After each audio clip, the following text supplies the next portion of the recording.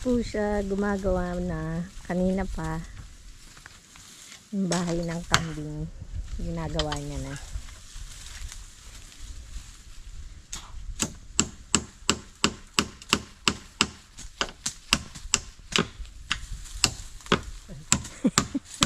Ano ba ito na mamako na? Pagod na, di na tumatama.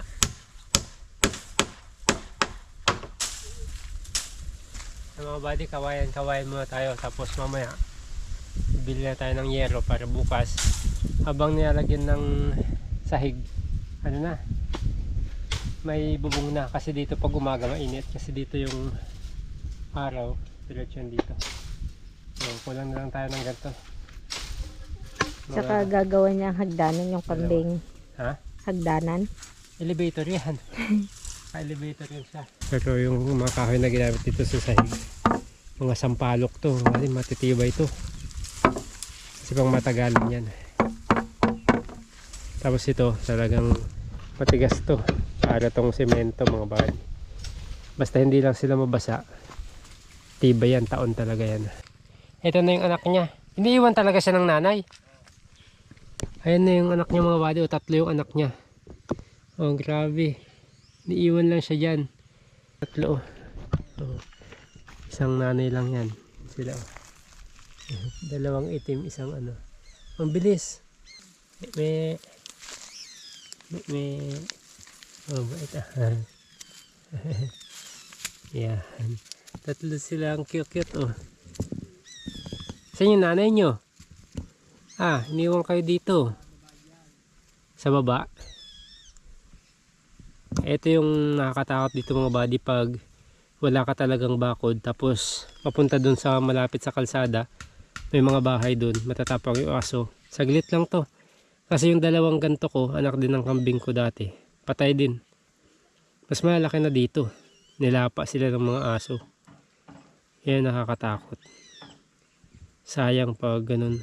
Eh dito pa naman walang pakialaman. Kaya ang ano dito, pag may kambing ka, ikulong mo ganun. Eh dapat yung aso ang ano, itali din kasi matatapang. Ayan. Saglit lang yan sa aso. Pag nilapa yan, patay agad yan siya. Ang cute oh. Ah, to babae lalaki? Parang babae. Ah, tatlong babae? Ah, grabe. Pag nanganak ulit na ng tag isang beses lang, tag tatlo di. Siya magad. Otik. 15 agad sila, pati ito, pati nanay. Ang bilis. Mga ilang taon to? 9 na buwan. 9 na buwan to, mag-ano na to. Manganak na. Pero bago mag 9 na buwan, buntis na ulit yung nanay. 2 beses na ulit ng anak. Ganun kabilis mga buddy. Kaya ang ganda magkambingan dito. Wag lang mamatay talaga. Wag lang malapa ng aso o kaya yung naninigas. Doon natin mga buddy. Punta yung balon. Ito na rin yung hose. Ayan. Hose.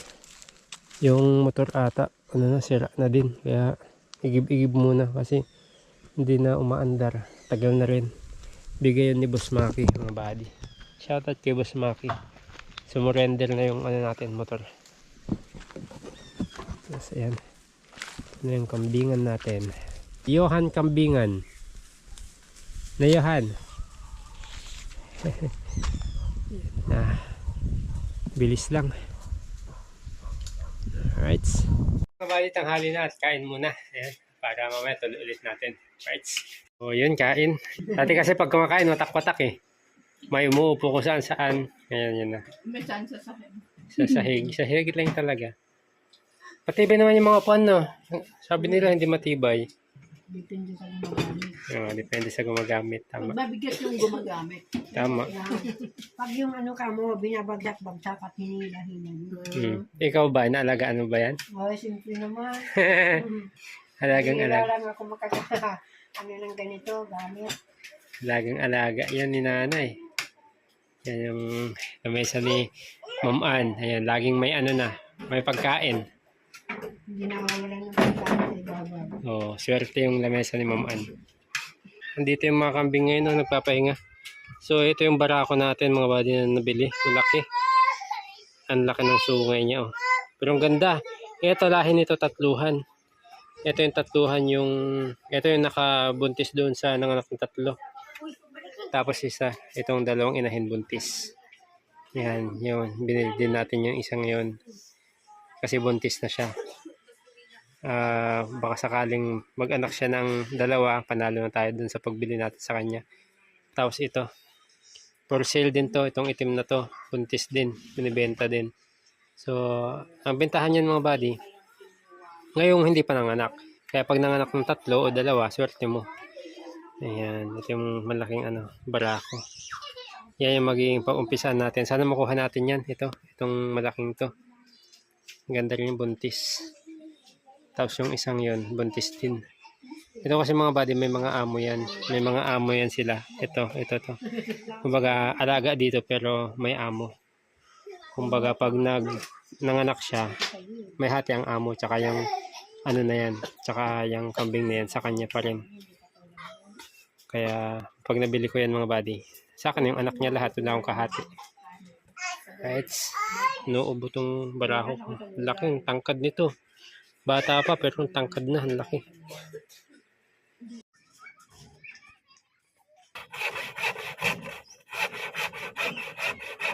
Sarap kasi matrabaho pag maaga.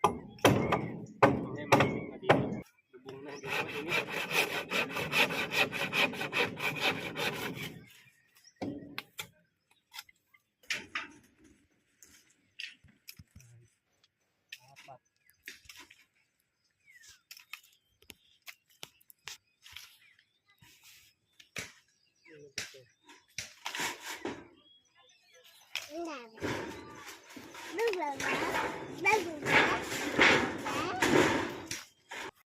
Yan mga buddy, at nalagyan na natin yung sahigan.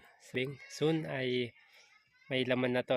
May barako na rin naman tayo. At yun, hindi na natin nahayaan yung mga kambing nating pupunta sa malayo para landi. O hindi na tayo maghihintay ng pupunta dito, umakit na barako para maglandi.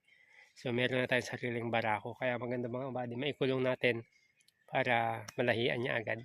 Ulit tayo kasi nung una, ito kasi mga buddy, nung unang ginawa ko to, medyo sumablay nga. Actually hindi naman siya sumablay, dumami naman siya mga buddy. Ang problema lang, yun nga, nagkaroon ng sunod-sunod na bagyo, hindi naman natin kagustuhan. Bali ilan yung namatay sa akin dun mga buddy? 5. 3 noong bagyo, tapos 2 yung nilapa ng aso, tapos 1. 6 pala mga buddy, 6 na kambing. So malalaki na yun, magbubuntis na lahat. So sayang mga buddy. Yun sana yung madami. Kaya ang kambing ko lahat dito dati ay 11, 12, 13 mga buddy. So yun. Kasi dito mga buddy, uso dito yung yung alaga ng kambing. Kunyari, katulad yung kapatid ko, yung pamangkin ko, may mga alagang kambing yan sa iba-ibang amo. Kumbaga, pag nanganak, sila, hati sila sa anak. Ganon. Sabi ko, wag nang ganun. Ay ngayon yung kapatid ko may isang alaga, yung pamangkin kong 2 may isang alaga din. So, bali may 3 silang alaga. Pero hindi akin yun mga buddy, sa ibang tao. Pag nanganak, saka lang sila nagkakaroon ng kambing. Kaya sabi ko, kung magkapera, bilhin ko na lang yung mga inahin na yon para dito na lang lahat sila. At least mag-alaga man sila, nakikita nila, sa kanila din mapupunta. Problema kasi, ang kumikita lang dito mga buddy, yung amo, yung inaalagaan ng kambing. Kasi, ang diskarte dito, pag nanganak, maghahati sila. Doon lang sila sa anak maghahati. Kunyari, yung nanay hindi pa nanganganak, tapos kinuha na nung amo. Walang yun mga buddy, walang bayad, walang bayad sa pag-aalaga mo. Kailangan mapaanak mo talaga. Kaya ayun mga buddy, yung dito, diskarte. Kaya maganda dito, sarili mo talaga yung kambing. Yung mga buddy, ito na ang ating kulungan. At kinakanana ni Kuya John. So may sahig na siya.